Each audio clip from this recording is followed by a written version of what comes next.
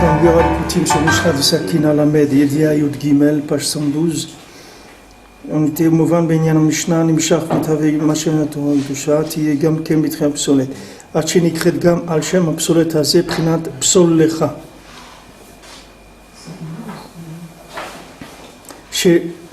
Voilà, on est la ligne qui commence par Psol Lecha, voir Bifnim. C'est 2, 4, 6, 8, 10 lignes après le début de la Yedia Gimel.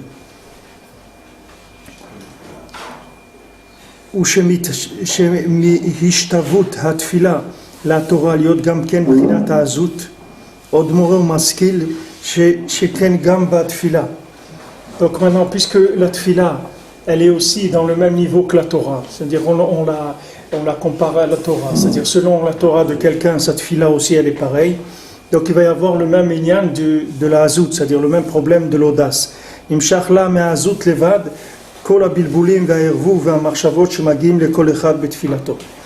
c'est-à-dire qu'il lui arrive de l'audace uniquement, tous les bilboulim, c'est-à-dire tous les troubles, tous les mélanges de la pensée qui arrivent à chacun quand il veut prier, ça vient émasser tout ça de l'audace de la Sitra Achara.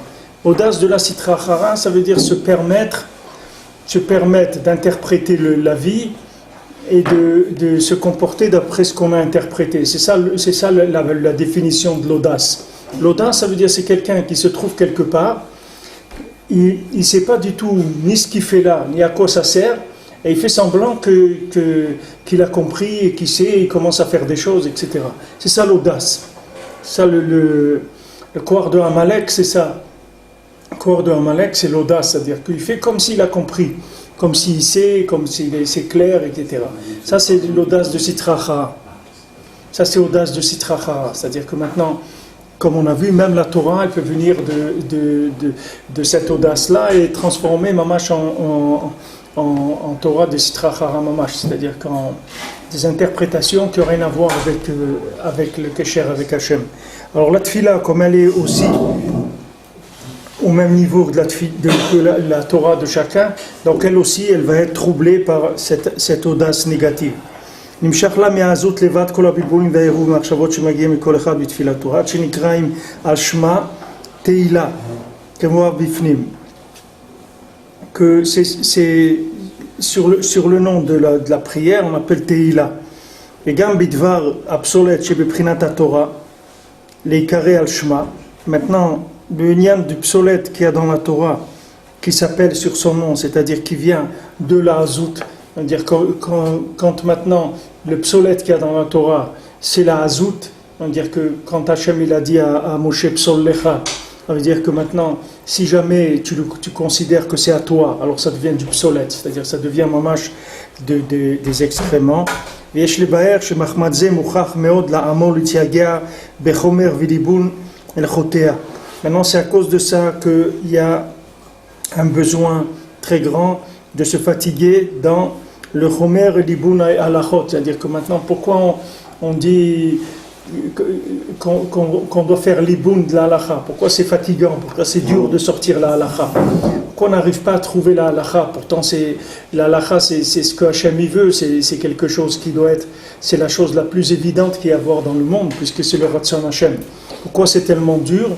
Parce que le niam de Chomer, de la halacha, le liboun de la halacha, c'est-à-dire blanchir pour essayer de trouver la halacha, c'est difficile. Cette difficulté, elle vient de la hazut de Gdusha.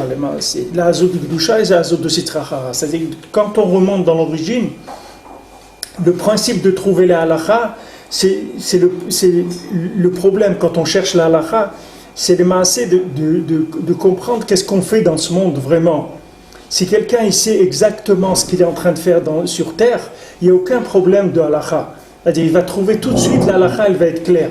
Maintenant, comme la vie, elle a été déformée, interprétée par Amalek, elle a été interprétée par les 4 galouyot, par toutes les nations, ces nations-là, elles ont fourni des éléments d'interprétation qui sont faux dans la façon de vivre. Alors maintenant, quand on vient dans la Torah, comme il y a Shivim Umot, 70 nations, il y a 70 facettes de la Torah. Chaque nation, elle essaye de cacher une facette de la Torah pour justifier sa façon de vivre, sa façon d'être. Elle peut pas dire que Elle ne peut pas dire que maintenant ce qu'elle vit c'est bien, puisque la Torah elle dit que c'est pas bien.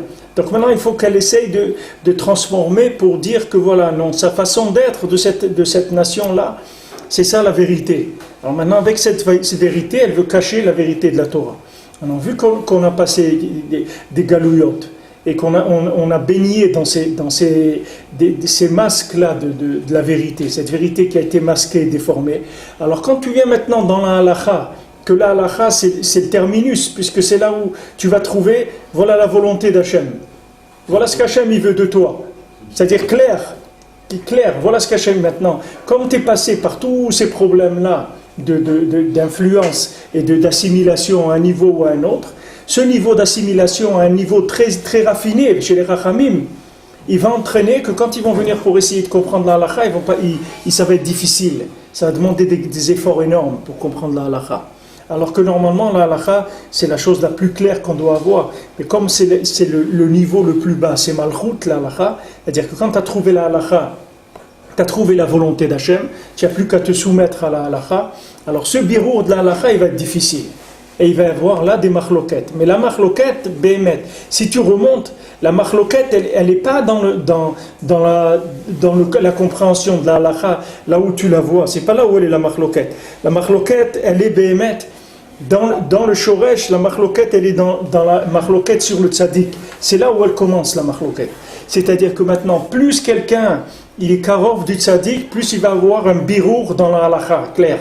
Et plus quelqu'un il est loin du tzaddik, et si jamais il est cholek sur le tzaddik, alors il va trouver des choses qui sont complètement à l'envers dans le psak de la halakha. Comme je vous ai dit hier, c'est-à-dire Rabbeinu lui a dit, tout ce qu'il dit le Rav, là-bas, tu dis le contraire. Et à chaque fois il disait le contraire, et c'était ça le psak halakha.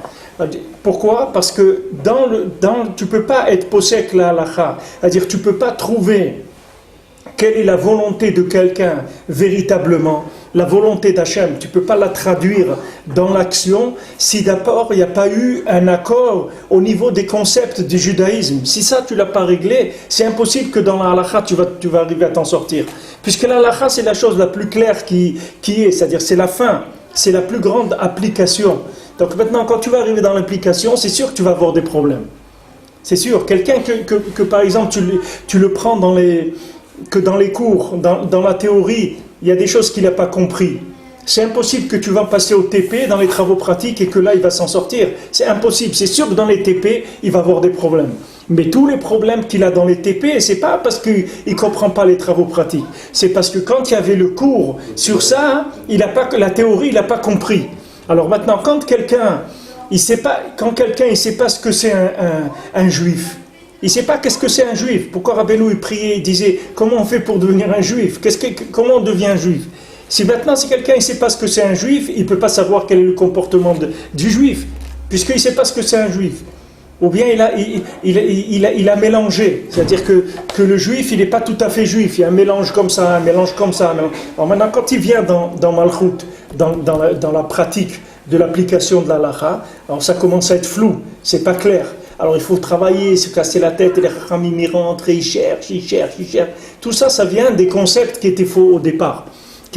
Alors plus les concepts, ils étaient un petit peu faussés, et plus maintenant, ça a été dur. C'est comme c'est écrit quand il a été installé avec Moshe Rabbeinu, tout de suite, il y a 3000 halachot, 2000, 3000 halachot qui sont partis tout de suite. Maintenant, il y a eu Otniel Ben Kenaz, Otniel Ben Kenaz, il a été marzir otam avec son pilpoul, c'est-à-dire il est rentré et il a été melaben, jusqu'à qu'il a ramené les 3000 halachot qui ont été oubliés au moment où il était installé avec Moshe. Parce que maintenant, le fait que Moshe était présent, ça faisait que le panim d'Hachem, il était là, c'est-à-dire il y avait une évidence sur la marche à suivre. Il y avait une évidence, c'était évident, voilà comment on fait. Maintenant, Moshe était mistalek, c'est pas tout le monde qui restait accroché à Moshe Rabbeinu et en le cherchant vraiment. Alors il y a eu tout de suite un coup, 3000 halachot, tout de suite. 3000 halachot, pas 10 halachot. 3000, c'est beaucoup, 3000 halachot. Dans la vie de quelqu'un, ça peut changer beaucoup sa vie. S'il a 3000 choses qu'il ne sait pas comment il faut faire. Voilà, il connaît la Torah et tout, mais quand il vient pour faire, il ne sait pas. Il ne sait pas comment il faut faire. Regardez comment c'est Khashou. Quand Rabbeinu nous a dit d'étudier la halakha, comment c'est Khashou. C'est quelqu'un qui ne connaît pas le Shulchan Aruch, qui ne connaît pas le Kitzur Shulchan Aruch. C'est vraiment un rigolo. C'est-à-dire, c'est vraiment un rigolo. C'est pas de la Torah, son truc. Tu peux pas être juif si tu ne connais pas la halakha. Qu'est-ce que tu fais dans le judaïsme? Voilà, Hachem il t'a dit ce qu'il veut que tu fasses. Pourquoi tu apprends pas ce que tu te mets pas au courant? Comment on met les chaussures, comment on les attache, comment on fait les tilat yadayim, comment... Ça y est, apprends. Au moins déjà, essaie de dégrossir la maratzut, au moins de dégrossir l'ignorance. Il y a des choses, bon, que tu vas pas comprendre, tu vas pas savoir comment on fait quelqu'un a besoin de faire un interiska. Bon, tu sais pas comment ça se fait un interiska. Bon, aujourd'hui, tu rentres dans Internet, tu as un interiska, tu le descends, tu sais tout, c'est pas compliqué. Maintenant, tu sais pas des choses comme ça c'est pas grave, mais au moins yom, quand tu fais une bracha, quand tu fais le matin, quand tu fais les brachot le matin, est-ce que tu peux faire des brachot en marchant quand tu vas au mikvé ou pas? Est-ce que Kriyat Torah, les brachot avant le jour, après, toutes ces choses-là, ce sont des choses qui sont simples, pratiques et techniques, mais quelqu'un qui apprend pas ça, c'est ce qu'il est en train de faire dans la Torah. C'est-à-dire, c'est quoi son but? Il fait quoi dans la Torah? S'il n'a pas les applications simples, il les a pas téléchargées, qu'est-ce qu'il est en train de faire? Il fait quoi dans la Torah? Quel est vraiment son but? Pour ça que c'est une priorité la halakha. C'est la priorité des priorités. C'est normalement n'importe quelle personne qui vient dans la Torah. Si les gens ils parlaient pas le verlan, comme les gens dans la Torah, la plupart ils parlent le verlan, c'est difficile parce que ils viennent, ils t'apprennent des choses qui sont des choses pour des gens qui sont après, maintenant tu commences, en moment de Baal Tshuva, il commence. Qu'est-ce qu'on doit lui donner? Du chizouk et de la halakha, c'est tout ce qu'il a besoin. Il a besoin. Hein? Oui, maintenant tu dois lui dire, voilà quelqu'un. Changer sa façon de vivre. Oui, apprendre comment un juif y vit. Quelqu'un il rentre à l'armée, qu'est-ce que tu vas lui parler? Tu vas lui faire quelques discours patriotiques de temps en temps. Et après, tu commences. Allez, en avant. Mais le gars, si tu lui fais que des discours sur la patrie, après tu l'envoies au front, et le jour où il prend la mitraillette, il ne sait pas de quel côté il faut tirer, le pauvre, tu l'as mis dans une situation qui est délicate. Mais la pratique, c'est plus important que la théorie, la pratique. Il faut qu'on parle du chimouche, du tzaddik. Ouais. Parce qu'en vivant avec lui, tu apprends beaucoup de choses, beaucoup de choses que tu aurais pu voir dans la théorie. Tu le vois en concret. C'est tu vrai. vois quelqu'un qui, par exemple, il n'a pas étudié la maçonnerie, mais tu le prends, tu le mets avec un maçon professionnel. En quelques mois, il va apprendre ce qu'un autre aurait appris en théorie. C'est vrai. C'est vrai, ça change. C'est sûr, le chimouche, il y a besoin. J'ai vu un chimouche, du Rav Rothenberg, quand on étudiait à Pavé il y a 20 ans, 25 ans de cela. Et je voyais un homme très très grand érudit en Guémara. Il a tout laissé tomber parce qu'il avait l'opportunité de s'occuper du Rav. Et les gens lui ont dit, écoute, toi, tu es un idole. Il a dit, mais moi, en un an de vie avec le Rav Rothenberg, j'ai appris au minimum équivalent de 10 ans ou de 20 ans d'études. Bien sûr. Même, c'est pas 10 ans, 20 ans, c'est jamais il peut l'apprendre. Parce qu'il va voir les pratiques, comment on vit. C'est Vadaï. C'est Vadaï. Parce que vous avez déjà fait le tri de ce qu'on appelle Tout dira que c'était des diagonales. Ouais. D'ailleurs, vous, il a fait le Rav, il a fait le tri. Bien sûr, il a déjà nettoyé, bien sûr. C'est le même lien que Erev Rav. C'est lui qui a amené le Erev Rav. Il a fait le tri dans le mélange. Voilà, dans le mélange, il a fait le tri. C'est pour ça qu'on apprend très vite en servant le chimouche, ça va beaucoup plus vite. C'est sûr que quand tu fais chimouche, ça va. C'est même dans la halakha, quand tu apprends la halakha, tu es obligé de faire chimouche après. Le chimouche, il s'appuie sur une base. Le chimouche, il s'appuie avec. Sur une base, sur la théorie. Et il faut les deux. Comment c'est de l'émotion. Bien sûr. Laisse tomber. Bien sûr. C'est vrai. Il n'y a pas de frontière. Quoi. C'est vrai. Le mieux est du bien. Non, le mieux est l'ennemi du bien. Donc, dans un esprit de zèle où j'en fais plus qu'il ne faut, ça, je fais des conneries. Comprenez ce que non. Il faut commencer. Des bêtises, pardon. Il faut commencer. Non, je ne suis pas d'accord avec ça. Non, il faut avoir. Non, ce qui est dit, c'est vrai, mais ça suppose qu'il y a la théorie aussi. Parce que si maintenant vous avez pas. Si maintenant vous ne savez pas ce que c'est Netilat Yadayim, quand vous allez voir le Rav faire Netilat Yadayim, vous allez croire qu'il a les mains sales parce qu'il a touché un truc qui était sale. Maintenant il se lave les mains. Maintenant pourquoi il se lave les mains avec un keli et il fait comme ça? Parce que bon, il avait les mains très sales cette fois-ci. Et quand il n'avait pas les mains très sales, il a fait Maïm Acharonim après manger, il n'avait pas les mains très sales, alors il s'est nettoyé avec un peu d'eau. Si vous ne savez pas de quoi ça parle, c'est sûr qu'il faut les deux. Je viens de le dire il y a 2 secondes avec Rav Israël. Il s'était sali la main, tout de suite il a ouvert le robinet, il a mis sa main sous l'eau. Moi j'imaginais que je devais faire des tzadaïm comme ça, je vais lui dire. Non, c'est sûr qu'il faut. Il y a une blague qu'on raconte chez les Rassidim, que je ne sais pas si c'est vrai, disons que c'est une blague. Il dit qu'il y avait un rébé, il allumait, quand il a allumé les nérodes de Hanouka, il y avait un balai qui était à côté de la Hanoukia. Alors il a dit à son shamash, enlève vite le balai, parce que les chassidim vont croire que quand on allume la Hanoukia, il faut qu'il y ait un balai à côté de la Hanoukia. Alors le shamash, il a enlevé. Alors il dit, qu'est-ce qu'il faisait les chassidim après? Il mettait un balai et avant d'allumer, il enlevait. Ça c'est pour illustrer ce que vous dites. C'est-à-dire que c'est sûr qu'il faut avoir une base, que le chimouche, c'est pour compléter, c'est pas d'ail. Que le chimouche, il vient donner le côté visuel. On a dit qu'il y a le côté auditif, il y a le son et il y a l'image. Le chimouche, il donne l'image. Moi, ça, je l'ai vu souvent. Quand quelqu'un n'a pas étudié la Lara, ce qu'il voit, il va attraper de ça 3-4%. Même s'il ne va pas... C'est sûr, c'est vadaï. C'est vadaï, puisqu'il n'y a pas eu une connaissance qui s'est mise à la base déjà. Il faut d'abord l'ouïe, c'est-à-dire entendre, et après il faut voir pour comprendre. Il faut une théorie avant de passer au TP. Les gens qui assistent rien qu'au TP, ils ne peuvent rien faire du tout. Le gars, il ne sait même pas qu'est-ce qu'on est en train de faire. Mais d'un autre côté, sauf on est Shimoucha. Oui, mais ça on parle pour quelqu'un qui a étudié. On ne parle pas pour quelqu'un qui n'étudie pas. On ne dit pas quelqu'un est-ce qu'il choisit le chimouche ou le limoud. On dit que le limoud, il va avec le chimouche. Et que le chimouche, si tu prends maintenant quel est le coefficient du limoud et le coefficient du chimouche, tu verras que le chimouche il va être 70% et le limoud 30%. Bon, mais s'il n'y a pas de limoud, tu vas être méchamèche quoi? Tu sais rien du tout. Tu sais pas de quoi on parle.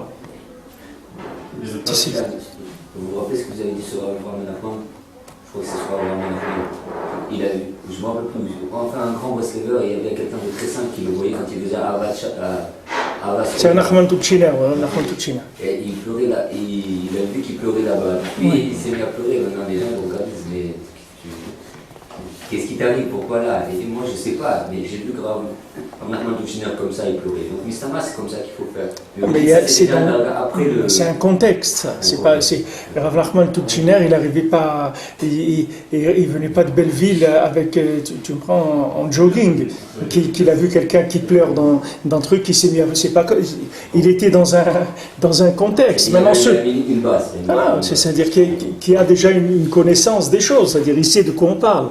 Maintenant, l'interprétation, jusqu'où ça va arriver, jusqu'où quelqu'un peut arriver dans cette pratique-là de Kirat Shema ou dans Birkat Hamazon ou dans tout. Alors ça, quand tu vas voir quelqu'un faire Birkat Hamazon, si toi tu as déjà fait Birkat Hamazon, tu as essayé de le faire, tu vas voir quelqu'un comment il fait, il va t'inspirer parce que toi tu as déjà une base, ou tu as essayé, tu t'es débrouillé un petit peu. Tu comprends? C'est-à-dire que tu as la théorie et tu as essayé un peu de bricoler. Maintenant tu vas apprendre avec le chimouche. Mais tous ces problèmes de birour d'Alacha, ils ne proviennent que du birour du Médamé, c'est-à-dire du birour de Chokhma Tata, de Chokhma Eliona, par rapport à Chokhma Tata. Si maintenant Chokhma Eliona n'est pas claire, la Chokhma d'en haut n'est pas claire, alors en bas, c'est sûr que tu ne peux pas trouver la Halacha. C'est sûr, il n'y a aucune she'ela que tu ne vas pas trouver la Halacha. Parce que si maintenant, déjà, au point de départ, la chose n'est pas claire, comment tu veux qu'à l'arrivée dans l'application, elle soit claire? C'est ce qu'il dit M. Cohen aussi. Qu'est-ce que tu vas aller apprendre du chimouche? Tu ne sais même pas qu'est-ce qu'il est en train de faire. Tu ne sais pas chez qui tu es rentré, tu ne sais pas avec qui tu vis. Maintenant, si tu vas apprendre la halachot, et à chaque fois que tu as vu une halacha, tu es resté avec une question, tu dis, mais Béhémet, comment on fait ça? Alors après, quand tu vas être méchamèche, tu vas voir comment on fait ça. Ça y est, ça t'a comblé le... Quand il veut rentrer, on revient de toute manière, il commence d'abord par étudier. C'est pour aller il commence d'abord par étudier, après le dernier seuil de pour avoir sa smicha, c'est qu'il doit être méchamèche. Ouais, ça vient en second plan. שכן בתפילה נמשך לה מהזות לבד כל הבלבולים, on a vu ça, וגם בדבר הפסולת שבבחינת התורה, ויש לבאר שמחמד זה מוכרח מאוד לעמול ולהגיע בחומר וליבון הלכותיה, ללבנם ולבררם מתוך הפסולת. C'est pour ça qu'on est obligé de faire un tri dans la halakha. Il y a dans la halakha des choses qui sont de psolète, c'est-à-dire des choses qui c'est pas ça, que ça sert à rien. C'est là uniquement, ça fait partie de l'emballage. Tu dois faire un tri dedans. Ou shemé obsolète ve'irvuv ateila ve'atora ve'atzma. Et maintenant que d'où ça vient ça vient du psolète, de la teila, de la Torah et de la prière elle-même. C'est-à-dire que dans la Torah elle-même il y a un psolète et dans la tfila il y a un psolète. Alors dans la halakha aussi il y a du psolète. Nechaz v'nishtashel mi madriga le madriga. Alors de là-bas il y a une emprise et il y a une répercussion qui va se faire d'un niveau à un autre. Irvuv ou psolète yoter. Alors maintenant, plus ça va descendre, et plus le mélange, on est page 113, on vient de commencer en haut de la page 113. Irvuv ou psolète yoter. Il va y avoir encore plus de mélange et de psolète. C'est-à-dire que maintenant, plus la chose au départ, elle n'était pas claire dans la théorie, c'est-à-dire le concept, il n'était pas clair. Et plus quand tu vas venir dans les maasés, ça va être encore beaucoup plus troublé que ce que c'était au départ. Si au départ le concept il n'a pas été clair, on n'a pas transmis quelque chose de clair, alors après quand ça arrive dans l'action, dans la halakha, c'est encore beaucoup plus compliqué parce que plus ça descend et plus la chose elle s'alourdit en emballage. Plus tu descends, plus il y a des habits qui se mettent dessus. En haut, quand tu es dans la Matzilut, il n'y a pas de levushim birlal. Quand tu commences à descendre, alors Bria, Yetzira, tu commences à descendre. Maintenant, à chaque fois que tu descends, il y a des vêtements. Maintenant, ces vêtements, ils se mettent sur quoi? Ils se mettent sur, si c'est sur quelque chose de clair, alors quand le vêtement il vient sur quelque chose de clair, il n'y a aucun problème. Parce que le vêtement, il est transparent complètement par rapport à ce qu'il y a derrière. Donc il n'y a pas de problème. Ce qu'il y avait à la base, c'était clair. Maintenant, si au départ, le concept lui-même, il était faux, alors quand tu commences à descendre, tu mets un vêtement sur quelque chose déjà qui est faux à 20%. Maintenant, quand tu mets un vêtement dessus, ce qui est faux 20%, ça va te faire voir 50% déjà pas bien. Et quand tu vas descendre dans un monde encore plus bas, où il y a encore d'autres vêtements, ça va te rendre 80%, et quand tu arrives dans la Asiya, il reste presque plus rien de vrai. Alors qu'au départ, il y avait peut-être 80% de vrai. Mais ça s'est tellement habillé que c'est arrivé en bas, c'est devenu quelque chose qui est complètement à côté. Complètement à côté. Alors que quelqu'un, il est bien intentionné, il veut faire la Torah, etc. Mais l'interprétation qu'il a maintenant, les maasés, elle est complètement à côté. C'est-à-dire que ça, son concept de ce que c'est un juif, de ce que c'est un goy, de ce que c'est la kashrut, ce que c'est le Shabbat, c'est complètement à côté. Si quelqu'un maintenant, il n'a pas un concept de ce que c'est le Shabbat qui est clair, pourquoi on étudie? Pourquoi on essaie d'apprendre qu'est-ce que c'est? Voilà, au Hachem, on est arrivé dans l'écoute à la Chod Shabbat, on est déjà à la centième page depuis qu'on a commencé. Quand maintenant quelqu'un il sait qu'est-ce que c'est une chose dans le concept, alors quand il passe dans l'action, c'est autre chose complètement, ça n'a rien à voir. On a vu cette semaine que maintenant chaque repas de Shabbat, Rabbeinu dit que le Shabbat, on ne mange pas pour Shabbat, on mange pour le Chol, parce que Shabbat lui-même, il n'y a pas besoin tellement de manger. Mais chaque repas de Shabbat, il y en a 3, on les fait avec 2 pains, ça veut dire comme si on faisait 6 repas. Ces 6 repas, ils sont 1 pour chaque jour de la semaine. Maintenant Rabbi Nathan, il explique quelque chose de Nifla, il dit, pourquoi tu as besoin des repas de Shabbat pour la semaine? Il dit, c'est le principe du Hirouv. Il dit, maintenant, quelqu'un qui veut sortir de la ville, par exemple Shabbat, il peut sortir qu'1 kilomètre de l'endroit où il se trouve. Il ne peut pas aller plus loin. Alpa Imama, 1 km 200. Hein? Voilà, il va à la fin de la ville et il a 1 kilomètre. Maintenant, s'il veut aller plus loin, qu'est-ce qu'il fait? Vendredi, il emmène un repas. Il l'amène, disons, à 10 km de la ville. Et à partir de ces 10 km, il aura encore 1 kilomètre où il peut aller. Alors qu'il explique Rabbi Nathan maintenant, qu'est-ce qu'il a fait? Le fait qu'il a amené un repas à 10 km là-bas, ça veut... Ce qu'il peut faire, c'est que l'Hirouv, ça lui permet de récupérer la partie qu'il a de l'autre côté. Ça veut dire la partie qu'il a de l'autre côté? Il a Alpa Imama de Zadim. Mais ça, est-ce que vous me permettez de dire ou pas? Mais pas tout. Quelqu'un, il a Shabbat Al-Païmama, 1 km ou 1 km 200 de la fin de la ville. Oui, il peut prendre, voilà, là, la ville, il a 1 km. Délimite la ville, ok, c'est pas important de quel côté. 1 km de l'autre côté. C'est pas qu'il prend, il met à 20 km, il peut aller jusqu'à 20 km. Le 1 km qu'il a de l'autre côté, il le rajoute. Non, si quelqu'un il amène un repas à 10 km de la ville, il peut aller là-bas Shabbat parce qu'il a placé un repas, il a été conné, il a acquis Shvita là-bas. C'est comme s'il a commencé à faire Shabbat là-bas. C'est la même chose parce que le fait qu'il a mis le repas, ça veut dire qu'il s'est installé là-bas pour Shabbat. Il fait le Hérouv avant Shabbat. Le Hérouv c'est avant Shabbat. On ne rentre pas, c'est pas là-dedans que je vais entrer maintenant, c'est déjà perte de temps. Maintenant, le principe, c'est que le repas, c'est lui qui va lui faire acquérir un endroit, dans une place dans cet endroit à 10 km de la ville, d'accord? Donc Shabbat, qu'est-ce qu'il peut faire? Il peut aller là-bas parce qu'il a un repas qui est là-bas, d'accord? Ça veut dire que maintenant, il est protégé. Quand il va là-bas, il est protégé que les clipotes, elles ne peuvent pas l'attraper parce que lui, il a déjà été cové à Makom dans cet endroit, il a fixé un endroit, dans cet endroit-là, sa place en emmenant un repas. Donc Shabbat, il peut aller là-bas pendant Shabbat et encore après cet endroit où il a mis le repas, il a encore 1 km 200 s'il veut.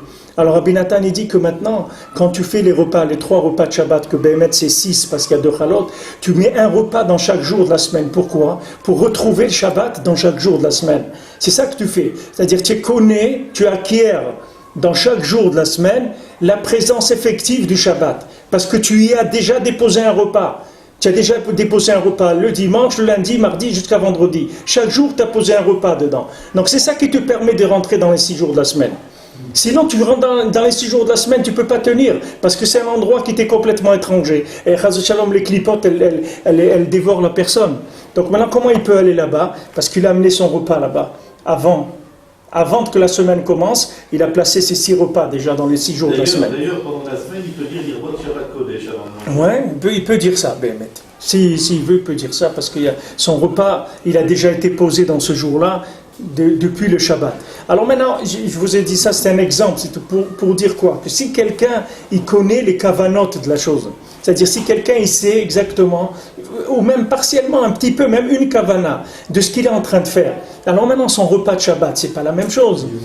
Voilà, maintenant quand il vient manger un repas de Shabbat, il sait ce qu'il est en train de faire. Il ne va pas commencer à dire « Ouais, j'ai pas très faim aujourd'hui ». C'est pas une question de faim.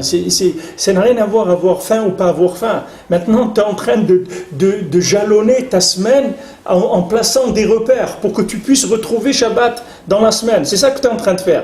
Dimanche, tu mets un repas. Lundi, tu mets un repas. Et à ce moment-là, ça te donne le droit d'aller dans cet endroit-là pendant la semaine. Sinon, tu n'aurais pas le droit d'aller dans cet endroit-là. Voilà, Rabbi Nathan, il te fait descendre des secrets de la Torah. Il les simplifie un maximum pour que tu puisses y avoir accès. Parce qu'en te corrigeant le concept, alors il va te corriger l'action automatiquement. L'action va se mettre en place automatiquement. Après, quand tu vas étudier la halakha, ça va être clair que tu vas faire tout, tu vas comprendre qu'est-ce que c'est un hérouv. Pourquoi je dois faire un hérouv? Pourquoi je dois faire un hérouv avec mon voisin? Pourquoi si je dois porter pour porter d'un endroit à l'autre, pourquoi je dois le faire avec un repas? Pourquoi on doit mélanger notre propriété à travers un repas? Tout ça, après, c'est clair. Mais sinon, tu comprends pas. Tu dis, ouais, ben, c'est pas grave, ça ou ça, porter comme ça ou porter comme ça, c'est pas... Parce que le concept, à la base, il est pas clair. Ou il est inconnu complètement, ou il est pas clair. Donc maintenant, quand tu viens dans l'action aussi, tu sais pas comment vivre, quelle importance attribuer à l'action. Puisque maintenant, le concept, à la base, il n'était pas clair. Et malheureusement, le judaïsme, le niveau de pratique du judaïsme, comme les gens, ils disent, c'est un juif pratiquant. Bon, lui, il n'est pas très pratiquant, mais il est pratiquant. Qu'est-ce que ça veut dire, pratiquant, pas pratiquant? Ça ne veut rien dire du tout. Qu'est-ce que ça veut dire?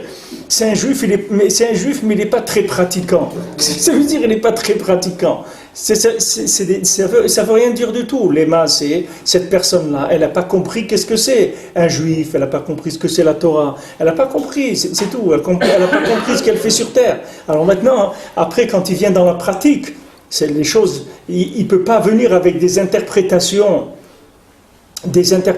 goy, faire de la pratique du judaïsme, c'est impossible. Il ne peut pas venir avec une tête de concept de Amalek, aller pratiquer de la Torah. Ce n'est pas possible. Parce que dans sa halakha, dans sa pratique de la Torah, il y aura des problèmes. Et des très gros problèmes. Pourquoi? Parce que la personne elle-même, dans sa tête, elle est pas claire déjà. C'est-à-dire, ces concepts, ils ne sont pas clairs. Il faut que les concepts, ils soient clairs. C'est ça qu'il faut apprendre en premier. Il faut que dans la tête, le Shabbat, ça soit clair. Eretz Israël, ça soit clair. La Kashrut, ça soit clair. Des Tfilin, tout ça, il faut que ça soit clair. Qu'est-ce que c'est que cette chose-là? Une fois que c'est clair, quand tu vas faire bien. Tu vas faire très bien. Quand j'étais bachour à la yeshiva, mais je ne sais pas si j'étais déjà marié, mais j'avais acheté à l'époque une paire de tefilines. Quelqu'un, il m'avait dit, voilà, il y a les meilleurs tefilines, plus les meilleurs tefilines qu'il y a, etc. Et ça coûtait à l'époque très cher. Ça coûtait, disons, il y a plus de 30 ans, ça coûtait à l'époque le prix d'une voiture, les tefilines. Alors après, les gens avec qui d'étudier et tout, ils sont venus, ils m'ont fait du moussard. Ils m'ont dit, mais t'es fou, pourquoi tu as mis tellement d'argent dans les tefilines, etc. Je dis, attends, moi, toi, tu étudies depuis des années la Torah et tout, tu viens me dire à moi, pourquoi je mets tout cet argent-là dans les tefilines? Alors que si j'achetais une voiture, tu m'aurais dit Mazal Tov, Be'atzlacha. Tu viens faire du moussard, pourquoi j'ai été mettre une somme tellement grande dans des tefilines? Mais je veux dire, moi j'ai lu un peu de ce qu'il dit Rabbi Nathan sur les tefilines. Je me suis dit, attends, il faut s'équiper là, parce que c'est des choses qui sont importantes, c'est des kelim niflaim. Donc il faut aller chercher le meilleur sofer, il faut chercher les meilleurs bâtis, Pourquoi? Parce que tu sais maintenant ce que tu es en train de faire, c'est des choses extraordinaires. Maintenant, si tu crois que tu es en train de faire de la mime, c'est-à-dire Hachem, il te demande de la mimique, il te dit, voilà mon fils, toi fais ça, mais fais comme ça, et tu fais le schéma, et c'est tout, t'occupe pas, c'est pas grave. Alors bien sûr, pourquoi tu vas les payer cher? Si tu dois faire de la mimique, il n'y a pas de raison que tu investisses, il vaut mieux que tu investisses dans un scooter ou dans un truc. Moi, le scooter, tu vas te promener avec, tu vas le faire. Pourquoi? Si maintenant tu as l'impression que ce que tu es en train de mettre, c'est nul, alors bon, c'est un truc que tu es obligé de le faire, c'est comme ça, c'est ton devoir de juif, tu le fais. Mais si maintenant il t'est rentré un petit peu de lumière de ce que ça veut dire le concept des tefilines, alors tu vas dire, moi je veux le meilleur tefilin. Tu vas dire, voilà, il y a ça, non, vous me donnez le meilleur. Vous me donnez le meilleur, parce que moi je veux cette chose-là. Je veux ce que ça amène, les tefilines. Je veux le capter béhémet. Donc ce qu'il dit ici, c'est que maintenant, plus tu descends, et plus le hervouv et le psolète, il va grandir. C'est-à-dire que maintenant, plus tu vas arriver dans la halacha, et plus le sheker, il va être de plus en plus grand. C'est-à-dire que maintenant, tu vas voir que les éléments, ils vont être complètement faux. Tu peux arriver à des éléments complètement faux parce que le concept à la base, il était faux. C'est ce qu'il a dit le Baal Shem Tov au Rav qui devait l'interroger au Baal Shem Tov pour voir s'il connaissait la halakha ou pas. Alors quand le Baal Shem Tov il est arrivé chez lui, c'était Rosh Chodesh. Alors il lui a demandé au Baal Shem Tov, quand on oublie Ya'el Yavo dans la Mida de Rosh Chodesh le matin, est-ce qu'on recommence ou pas? Alors, il voulait tester s'il connaissait la halakha à Sam, si c'était quelqu'un qui connaît un petit peu la halakha. Alors, le Baal Shem Tov lui a dit, cette halakha, elle ne concerne ni toi ni moi. Il dit, tu sais pourquoi? Parce que toi, quand tu oublies dans Ya'aleh Ve'yavo la première fois, la deuxième fois aussi tu oublies. Et moi, jamais j'oublie Ya'aleh Ve'yavo dans la Amida. Ça veut dire, qu'est-ce qu'il a voulu lui dire le Baal Shem Tov? Et il dit, nous, on connaît la halakha, mais à part qu'on connaît la halakha, on la vit. Pourquoi on la vit? Parce que nous, on n'est pas dans la halakha que, ah là là, j'ai oublié aujourd'hui de dire Ya'aleh Ve'yavo dans la... C'est pas shayach, parce qu'il est dans le Rosh Chodesh. Lui, il ne doit pas se rappeler que c'est Rosh Chodesh. Lui, il vit que c'est le Rosh Chodesh.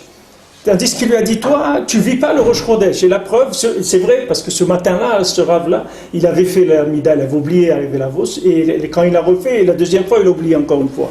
Donc le Baal Shem Tov, quand il a dit ça, alors lui, il a dit, bon, ce Rav-là, le Baal Shem Tov, il a vu que c'était un gadol d'Israël, parce qu'il vit la chose. C'est-à-dire que ce n'est pas Shayar chez lui qui va se tromper dans la halakha, parce que la halakha, c'est le niveau le plus bas d'application qui est. Donc maintenant, celui qui est attaché au niveau de la compréhension qui est élevé, quand il arrive dans l'application, il est clair pour lui.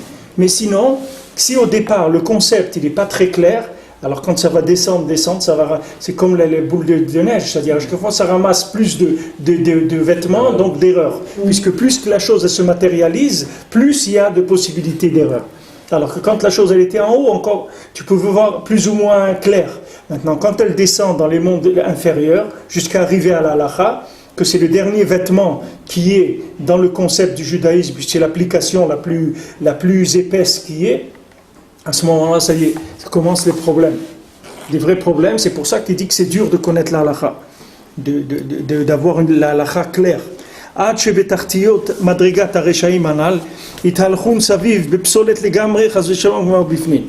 Jusqu'à que maintenant, regardez à quoi on arrive, c'est que maintenant, tellement les concepts, ils sont faux au départ, et quand on descend, le mensonge s'épaissit, jusque que tu vas créer des modes de vie qui vivent que de ce mensonge-là. Les masses, c'est sur quoi il vit le mensonge?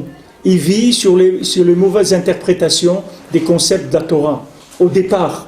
Parce que ces concepts-là, qui n'étaient pas clairs au départ, c'est eux qui ont permis, après, de créer des modes de vie qui sont complètement à côté de la kavana, de l'intention primaire d'Hachem. Au début, il y a une erreur. C'est-à-dire que maintenant, les gens ne savent pas exactement ce qu'ils sont venus faire sur Terre, d'accord? Maintenant, le fait que ce n'est pas clair, cette notion-là, ça fait qu'en descendant, ça a donné des modes de vie qui sont complètement le contraire de ce pourquoi quelqu'un est venu sur Terre. Comment il est arrivé au contraire? Parce qu'au départ, en haut, le concept, il n'était pas clair. C'était pas clair. C'est-à-dire que normalement, quelqu'un, quand il naît, on doit lui donner tout de suite un petit livre ou quelque chose. On doit lui dire, voilà cher ami, Baruch haba dans ce monde, bienvenue. Voilà pourquoi tu es venu sur Terre. Alors prends ce petit livre-là, garde-le à côté de toi. Quand tu vas grandir, tu vas apprendre à lire, tu vas commencer à lire dedans et à savoir qu'est-ce que tu es venu faire sur Terre. Avec des choses simples et claires. C'est pour ça que Rabbi Nathan, vous prenez l'écouter à la chôte, c'est simple. C'est écrit de façon simple. C'est les plus grands secrets de la Torah, mais comme il a dit Rabbeinu, il va venir chez moi un frère, qui était Rabbi Nathan, qui va écrire de la Kabbalah, qu'un enfant de 2 ans, il peut apprendre la Kabbalah. Que Rabbi Nathan, parce qu'il a fait descendre dans un langage simplifié complètement.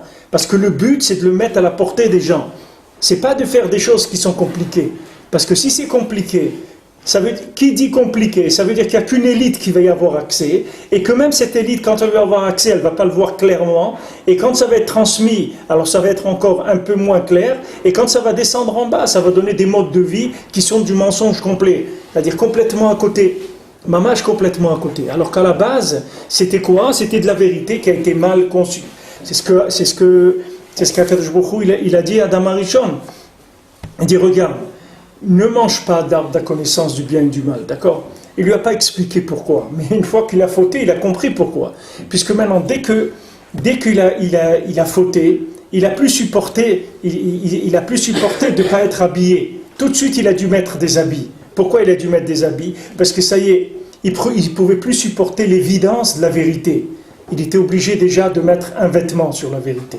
Maintenant, si lui, Adam Arishon, qui parlait avec Hachem, il a dû mettre un vêtement de kétonet or, de peau, pour pouvoir continuer à concevoir Hachem, qu'est-ce qu'on peut dire nous aujourd'hui, là où on se trouve aujourd'hui? Regarde combien de vêtements et de galouyot. Chaque galoute, c'est des vêtements. Chaque galoute, c'est des vêtements. Chaque fois qu'on est passé dans un exil, c'est des vêtements. 2000 ans où on s'est habillé comme ça, on nous a habillés comme ça, on nous a habillés encore comme ça, avec des vêtements comme ça, avec des vêtements comme ça. Et avec tous ces vêtements, il ne faut pas que tu perdes le nord. Et il faut que tu restes avec... Tu dis, non, derrière tous ces vêtements, il y a quelque chose de vrai. Derrière tous ces vêtements, maintenant, il y a des levushim sur des levushim sur des levushim qui ont été fabriqués par les interprétations de chaque génération. Par exemple, Rabbeinu dit dans Chaim Moharan qu'avant, même les goïms, ils portaient la barbe. Ça n'existait pas des goïms qui portaient... Un homme qui ne porte pas de barbe, ça n'existait pas. Ça n'existait pas. C'est comme si tu dis quelqu'un, il se coupe les oreilles ou le nez ou truc. Les gens, ils ne font pas ça. Mais un homme, il avait une barbe. C'était pas chou. C'était comme ça que c'est la soura d'un homme. Et après, je sais pas à partir, Rabbeinu ne dit pas à partir de quelle époque. Il y a une époque où ils ont décidé que l'homme, il rase la barbe. Maintenant, d'où c'est venu ça? c'est venu des levushim. C'est devenu des levushim, c'est-à-dire qu'il y a eu de plus en plus de vêtements qui sont venus sur le concept de ce que c'est un homme. Le concept de ce que c'est un homme, il est descendu, c'est-à-dire il s'est caché de plus en plus, jusqu'à que des gens, ils ont dit, tiens, je ne sais pas quelle théorie est à la base de ça. Si c'est une théorie uniquement esthétique, ou je ne sais pas quelle est la base, pourquoi les goïms, ils ont lancé ça dans le monde, de se raser la barbe, comme à l'époque où ils ont commencé à laisser les cheveux longs, ou je ne sais pas quelle était à la base ce concept-là. Mais en tout cas, même les goïms, c'était simple, c'était évident chez eux, ça n'existait pas. Un homme qui se rase la barbe, le lien de se raser, ça n'existait pas chez les goïms. Chez les peuples eux-mêmes, ça même c'est tombé. Tout ça, c'est parce que les levushim, il y a plus de vêtements. Donc la vérité, elle est de plus en plus dure à attraper. De plus en plus dure. Regarde, on va vers Purim, Megillat Esther. Voilà, Megillat Esther, on ne peut même pas dire le nom d'Hachem. Il n'y est pas dans la Megillat Esther. On ne peut pas te dire le nom d'Hachem. Parce qu'il y a tellement des levushim et des levushim et des levushim. Hein? On ne dit pas clairement. Oui, il y est, mais il y est parce qu'on t'a dit qu'il y est. Maintenant, donne-le à des gens à lire Megillat Esther, et ils ne voient pas qu'il y a le Shem Hashem. Il y a quelqu'un, si pour eux, il ne sait pas que c'est des sodotes de la Kabbalah. Il voit une princesse, elle est partie, elle s'est envolée, l'autre, il y avait du vent, et un petit vent qu'il a pris, il l'a emmené sur une montagne en or, un château aux pierres précieuses. Dis-lui que tout ça, c'est les plus grands secrets de la Torah, c'est la racine, il ne sait pas. Il faut qu'il cherche là-bas. Du coup, Bon. ce matin, j'ai entendu que la Torah, ce sont les Shemot Hashem. À Megillah, c'est Hashem Ba'atzmo. Ah, Mazal Tov. C'est vrai. Shem Mamash. Ouais. Jusqu'à que maintenant, ça arrive que Mamash, regardez, Rechaim, qu'est-ce qui est écrit? Rechaim, Saviv Yithalachun. Les Rechaim, ils tournent, comme on dit, tournent autour du pot. C'est-à-dire que les Rechaim, Saviv Yithalachun. Maintenant, qu'est-ce qu'on a dit que le tzaddik, il fait des sivuvim pour enseigner? Oui. Quand il enseigne, il dit des akdamot, des sivuvim.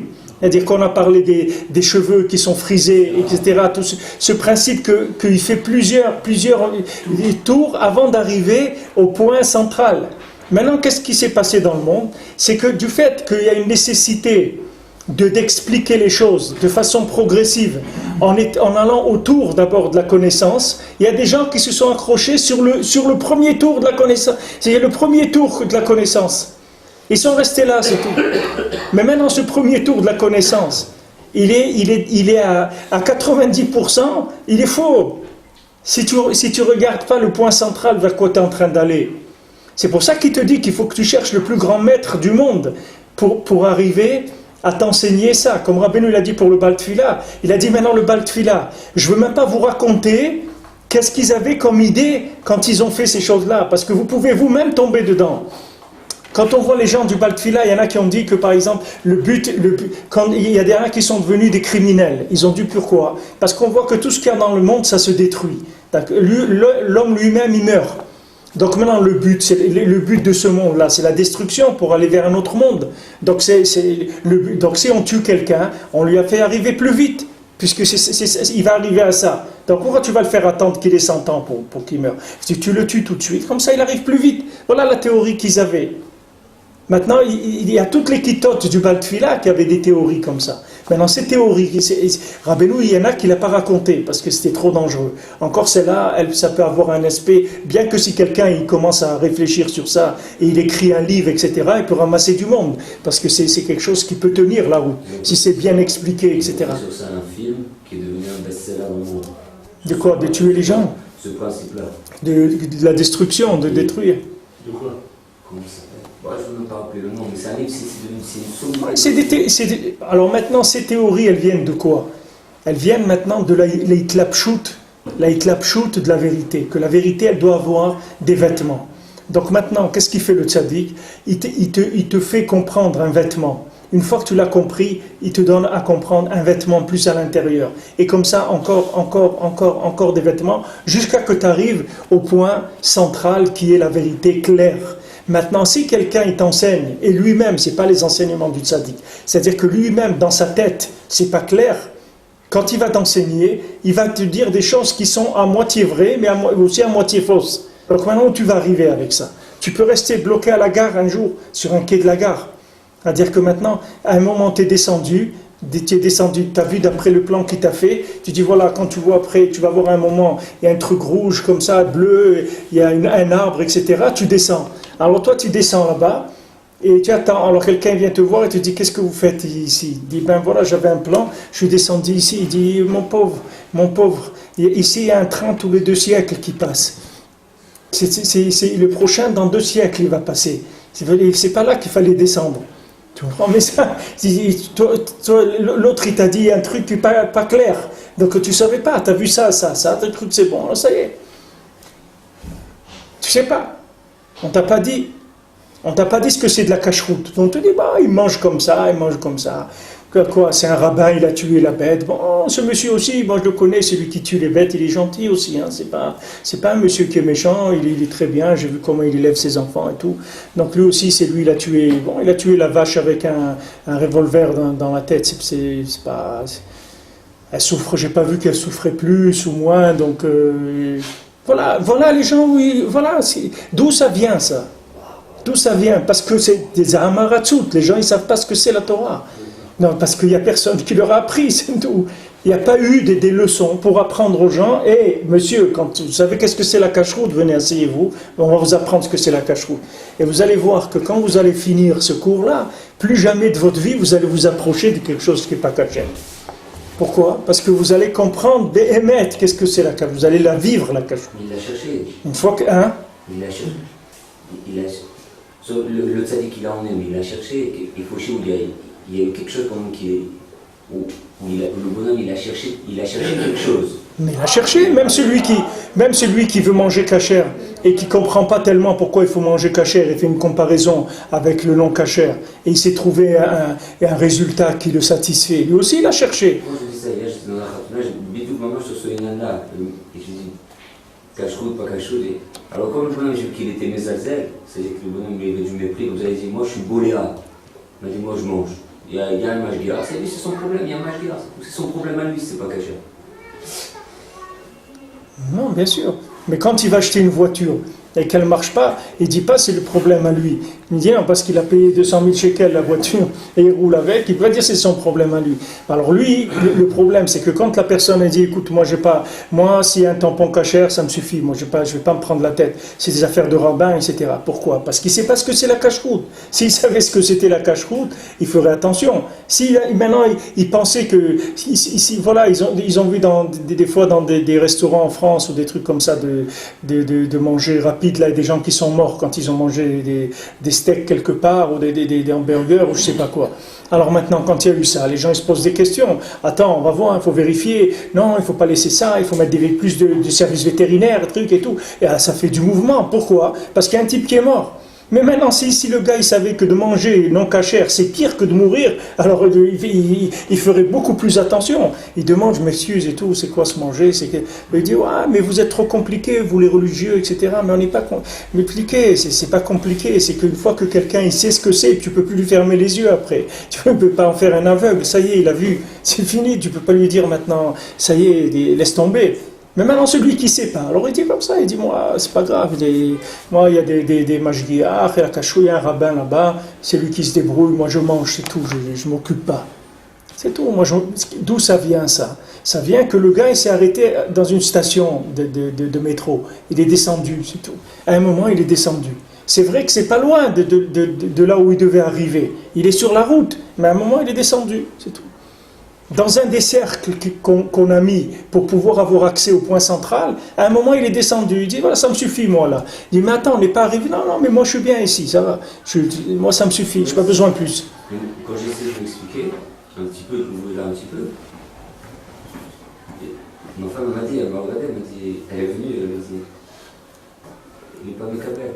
Non mais c'est pas de ça qu'il faut parler quand tu vois quelqu'un. Il a répété la même chose, il a dit.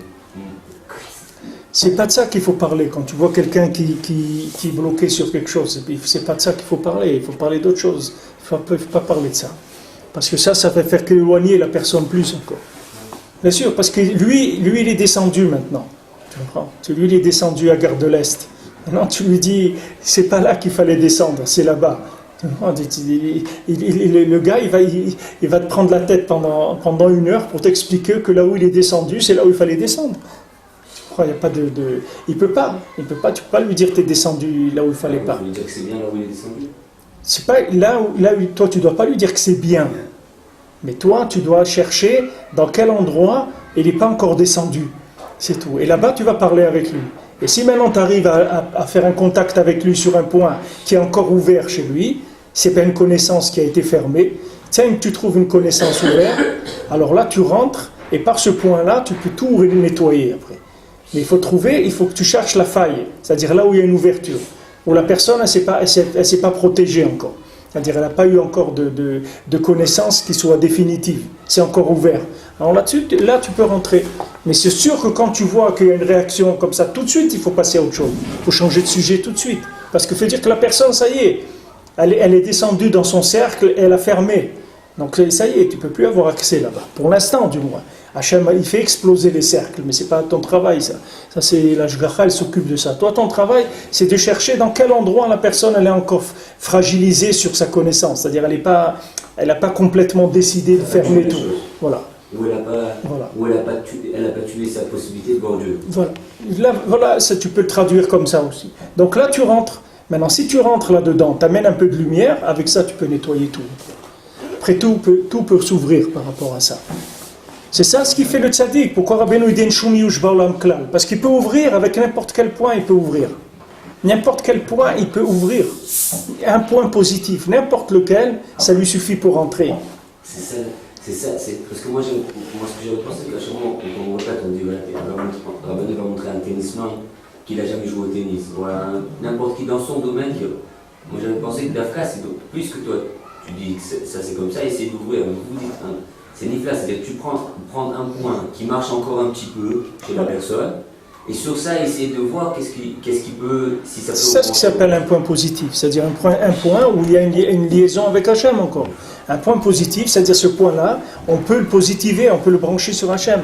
Et ça, il n'y a personne sur terre qui n'a pas ça, Rabbeinu te dit. Maintenant, la seule chose, c'est que tu sais ou tu ne sais pas. Ou tu sais transmettre, ou tu ne sais pas. Si tu sais pas, si maintenant, quand quelqu'un, tu parles avec lui, tu vois qu'il se braque, et tu continues à parler avec lui sur le même point, ça veut dire que c'est pas ton travail. Arrête, bois un petit lechaïm avec lui, tu dis allez, lechaïm, on est venu ici pour une simcha, j'ai pas envie de me disputer, tout lechaïm, mais c'est tout, tu me prends, c'est tout. Tu sais, il vaut mieux en rester là. Parce que quand une personne elle est braquée, c'est surtout pas de ça qu'il faut parler. Ça y est, ça a été déjà complètement barricadé. Donc c'est pas sur ça il faut chercher où est le point positif. Point positif, c'est l'ouverture.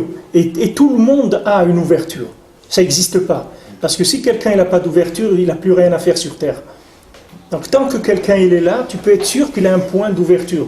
Maintenant le tzaddik, lui, connaît exactement le point qui est ouvert chez chacun, et il envoie un shaliach, quelqu'un qui va parler avec lui, sur le point positif. C'est ça qui fait l'enseignant, c'est ça le travail de l'enseignant. Le travail de l'enseignant, c'est qu'il sait voir dans chaque élève le point positif avec lequel il va le construire complètement à travers ce point positif-là. C'est ça. Hein? Pas de grenade. Non, ça ne marche pas.